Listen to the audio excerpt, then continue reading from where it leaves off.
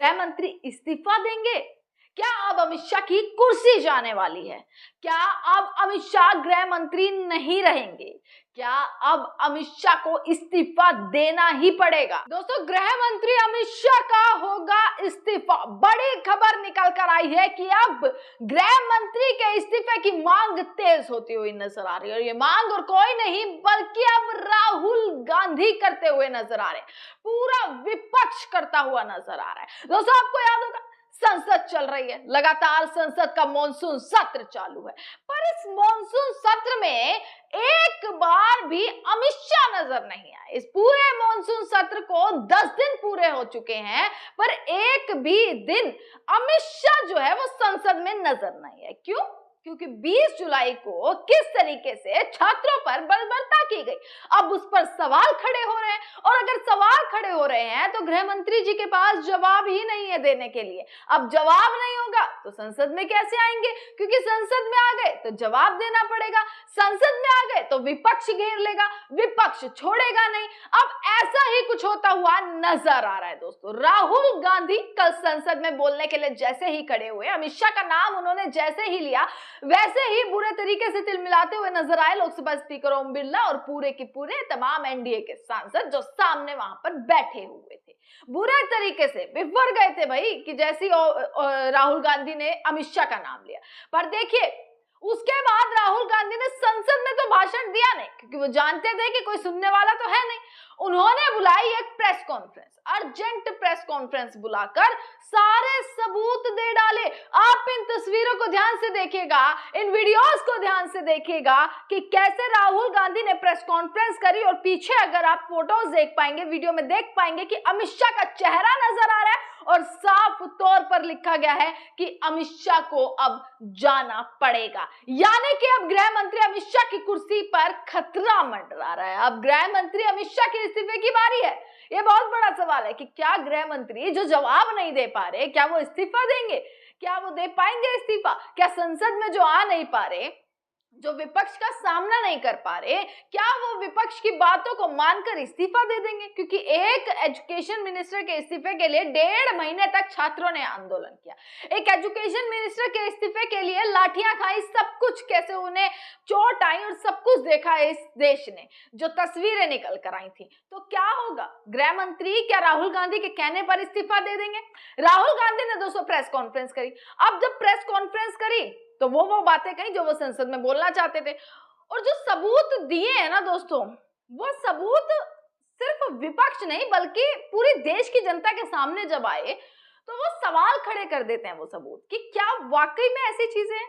जो तस्वीरें उन्होंने दिखाई, जो प्रेजेंटेशन उन्होंने दी, उसमें साफ तौर पर देखा जा रहा है कि छात्रों को घसीटा गया, पीटा गया, जिसका जवाब इकलौते गृह मंत्री ही दे सकते हैं, क्योंकि गृह मंत्रालय उनके अंडर है, पुलिस उनके अंडर है। किसने पुलिस को ऑर्डर दिया, किसके ऑर्डर पर लाठियां चलाई गई? क्योंकि बिना ऑर्डर के कैसे पुलिस लाठियां चला सकती है? अगर बिना ऑर्डर के चलाई है तो फिर भी अमित शाह रिस्पॉन्सिबल है कि उनकी बात नहीं मानी गई, उन्हें पता ही नहीं है पुलिस क्या कर रही है। मतलब दोनों केसेस में अमित शाह का इस्तीफा होना चाहिए। अब राहुल गांधी इस चीज के पीछे पड़ते हुए नजर आ रहे हैं कि अमित शाह को अब जाना चाहिए। उन्होंने कैसे दिखाया प्रेस कॉन्फ्रेंस में, ये तक बताया कि भाई उन्होंने खुद देखा है अमित शाह को पुलिस ऑफिसर्स को कॉल करते हुए। ये तक उन्होंने ये चीज जो है प्रेस कॉन्फ्रेंस में बोली है कि उन्होंने अपनी आंखों से देखा है। जितेंद्र सिंह, जब राहुल गांधी पीएम आवास के बाहर बैठे थे तब जितेंद्र सिंह उनके पास आए, तो उन्होंने ये बोला कि भाई जितेंद्र सिंह अमित शाह को सारी की सारी डिटेल्स दे रहे थे। उन्होंने खुद अपनी आंखों से देखा और सुना है। इसका मतलब अमित शाह सब कुछ जानते थे, और अगर अमित शाह सब कुछ जानते थे तो उनके जानते हुए भी आज वो जवाब नहीं दे रहे, और जानते हुए भी अगर ये सारी हरकतें छात्रों के साथ हुई हैं तो उसके लिए उन्हें इस्तीफा देना पड़ेगा। दोस्तों, एक इस्तीफे के लिए इतनी लंबी लड़ाई लड़ी। अब देखिए, विपक्ष जो है सीधा इस्तीफा अमित शाह का मांग रहा है, गृह मंत्री का इस्तीफा मांग रहा है, और मांग तेज होती जा रही है लगातार, क्योंकि सवाल उठाए जा रहे हैं। आपको मैं प्रेस कॉन्फ्रेंस की कुछ झलक भी दिखाऊंगी जिसमें राहुल गांधी सिर्फ एक मांग पर अड़िग है, सिर्फ एक मांग पर, क्योंकि अमित शाह अगर संसद में नजर नहीं आ रहे, अगर अमित शाह संसद में नहीं आ रहे तो इस्तीफा दे देना चाहिए। जवाबदेही अगर उनके पास नहीं है।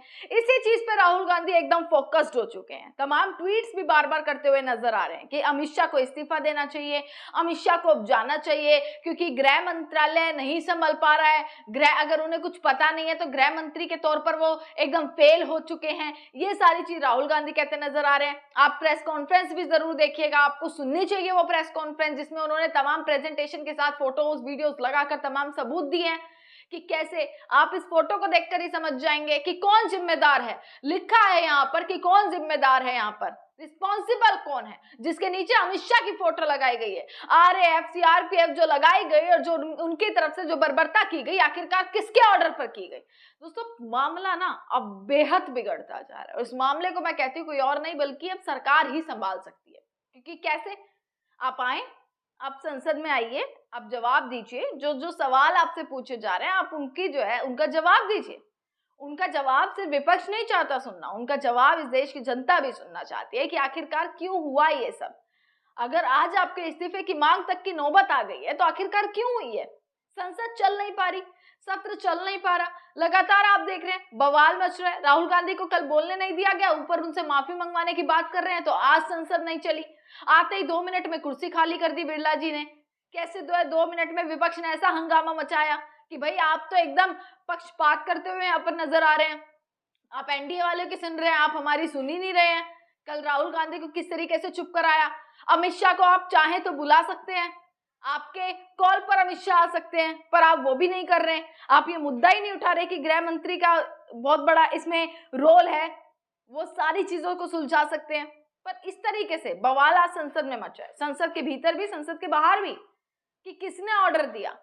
सबसे बड़ा मुख्य रूप से जो सवाल है, अब मैं आपको प्रेस कॉन्फ्रेंस की कुछ झलक दिखाती हूँ। झलक के साथ दोस्तों आप भी सोचिएगा कि क्या गृह मंत्री इस्तीफा देंगे, क्या अब अमित शाह की कुर्सी जाने वाली है, क्या अब अमित शाह गृह मंत्री नहीं रहेंगे, क्या अब अमित शाह को इस्तीफा देना ही पड़ेगा। अमित शाह पर आ चुकी है बहुत ही बड़ी मुसीबत। तो ये हमने रेज किया और हमने सवाल पूछा ये कौन करवाया, ये करवाया किसने, ये हुआ कैसे। सिंपल सी बात है, ये व्यक्ति अमित शाह जी होम मिनिस्टर हैं। पैलेट गन की यूज, लीथल फोर्स की यूज बिना होम मिनिस्टर के परमिशन लिए नहीं किया जा सकता है। हमने भी सरकारें चलाई हैं, हम जानते हैं कि अगर गोली चलाने की बात आती है, पैलेट गन की यूज की बात आती है, तो the last call is the home minister and the prime minister. We know that. तो either the home minister इन्होंने ऑर्डर किया, युवाओं को मारने का ऑर्डर, लाठी चलाने का ऑर्डर, पैलेट गन का यूज का ऑर्डर, या फिर इनको मालूम ही नहीं था। होम मिनिस्ट्री चल रही है, अमित शाह जी कुछ और कर रहे हैं, होम मिनिस्टर को मालूम नहीं कि भैया किसी ने पैलेट गन चला दी, किसी ने मतलब लाठी मार दी, वो किसी और दुनिया में थे। यही 2 पॉसिबिलिटीज हो सकती हैं, तीसरी तो हो ही नहीं सकती। तुम्हारा कहना है आइदर पॉसिबिलिटी